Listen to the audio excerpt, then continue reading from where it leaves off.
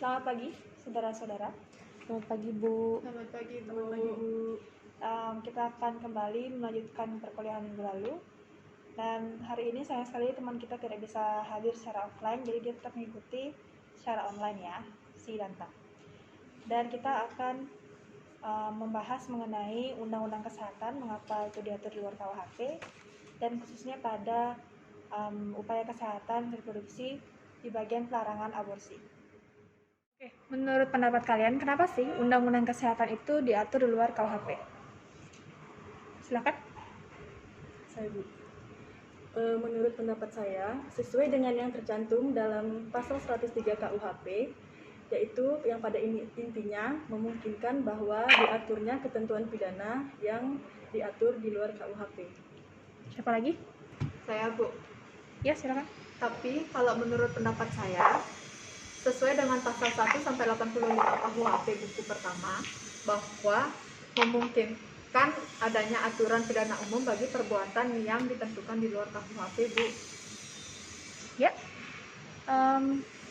Danta, menurut kamu? Baik, Bu. Jadi menurut saya itu hukum kesehatan itu tidak dijelaskan secara detail di dalam KUHP. Karena hukum kesehatan tersebut mencakup terlalu banyak hal, jadi harus dibuatkan undang-undang secara khusus. Ya, terima kasih. Oke, saya terima pendapat kalian. Sekarang pertanyaan saya, undang-undang kesehatan itu kan diatur mengenai upaya kesehatan reproduksi yang melarang adanya tindakan aborsi. Sekarang, apa yang kalian ketahui mengenai aborsi tersebut?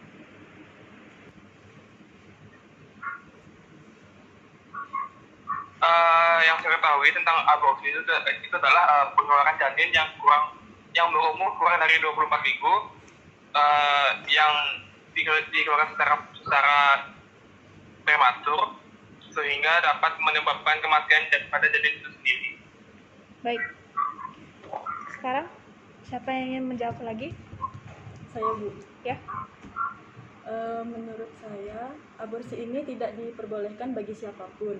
Namun terdapat pengecualian terhadap dua hal, yaitu yang pertama karena alasan medis, di mana yang termasuk dalam alasan medis ini yaitu adanya keadaan yang mengancam bagi nyawa ibu ataupun bayinya sehingga harus dilakukan tindakan aborsi ini. Dan yang kedua, adanya faktor yaitu si korban ini mungkin saja termasuk dari korban perkosaan yang menyebabkan dia mengalami trauma sehingga harus dilakukan suatu tindakan aborsi. Saya, Bu, kalau menurut saya aborsi itu juga dilakukan atas seizin dokter sesuai dengan peraturan perundang-undangan yang berlaku, Bu. Saya, Bu.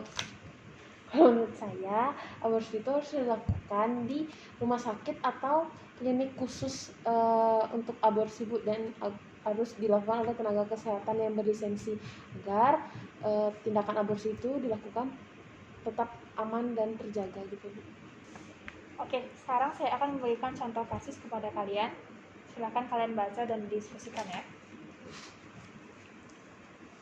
Jadi kasus ini itu mengenai malpraktek yang dilakukan oleh dokter tanpa lisensi. Dokter ini bernama Dr. H. Edward Armando yang melakukan tindak pidana pengguguran kandungan wanita dengan atas persetujuan wanita itu sendiri yang melanggar pasal 348 KUHP junto pasal 55 ayat 1 buku pertama KUHP. Dan sebelumnya terdakwa ini pun sudah pernah melakukan hal yang sama sehingga surat izin dokternya itu dicabut. Pertanyaan saya, apa sih yang menjadi faktor-faktor dokter ini dan si ibu untuk melakukan tindakan aborsi tersebut? Silakan. Danta. Ya, jadi yang menjadi salah satu faktor yang mempengaruhi kenapa terdakwa membuka kembali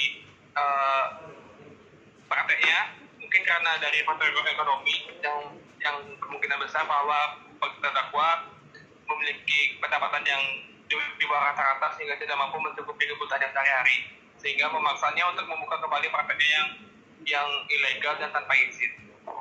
Baik, siapa selanjutnya? Saya, Bu. Silakan. Jadi menurut pendapat saya yaitu saya berpendapat bahwa faktor-faktor orang yang melakukan tindak pidana aborsi itu yaitu dari sisi pelakunya, yaitu si ibu yang melakukan tindak aborsi, yaitu karena melakukan hubungan di luar nikah atau terjadi kehamilan di luar nikah, sehingga si ibu atau si ayah dari janin ini belum siap untuk bertanggung jawab. Baik, siapa selanjutnya, silakan. Saya mau nanya, Bu. Ya. Kan dalam putusan dikatakan tindakan pengguguran itu sudah atas persetujuan si wanita. Kan apabila sudah atas persetujuan si wanita, berarti tindakan itu benar karena sama-sama menyetujui untuk melakukan tindakan aborsi. Tapi kenapa itu masih dikatakan salah ya, Bu ya? Apa bisa dijelaskan? Oke, saya tampung pertanyaannya. Saya kembalikan kepada kalian, apakah ada yang memiliki pendapat? Saya, Bu. Ya, Dayu. Jadi menurut pendapat saya, tindakan si pelaku ini memang tetap tidak dibenarkan, yaitu memang salah. Karena di dalam Undang-Undang Kesehatan itu sudah diatur bahwa adanya pengecualian dari tindakan aborsi, yaitu karena dua hal. Yang pertama karena alasan medis, yaitu adanya keadaan yang membahayakan si ibu ataupun si janin sehingga harus dilakukan tindakan aborsi, dan yang kedua bagi korban hasil perkosaan yang menyebabkan trauma sehingga harus atau boleh dilakukan tindakan aborsi ini. Namun dalam kasus ini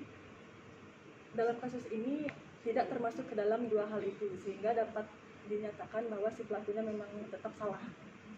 Baik, bagus sekali jawabannya, Dayu. Saya, Bu. Ya.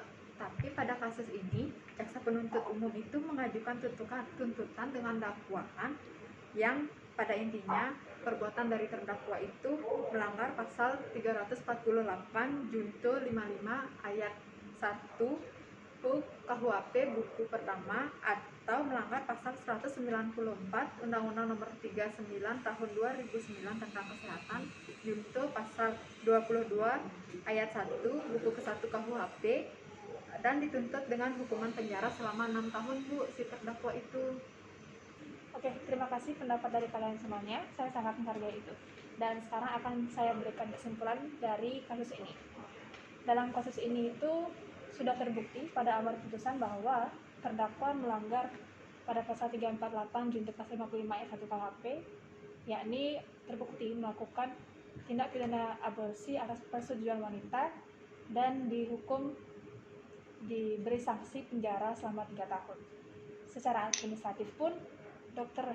Edward Armando ini dicabut surat izin dokternya sehingga tidak boleh melakukan praktek sebelum dia melakukan pendaftaran kembali.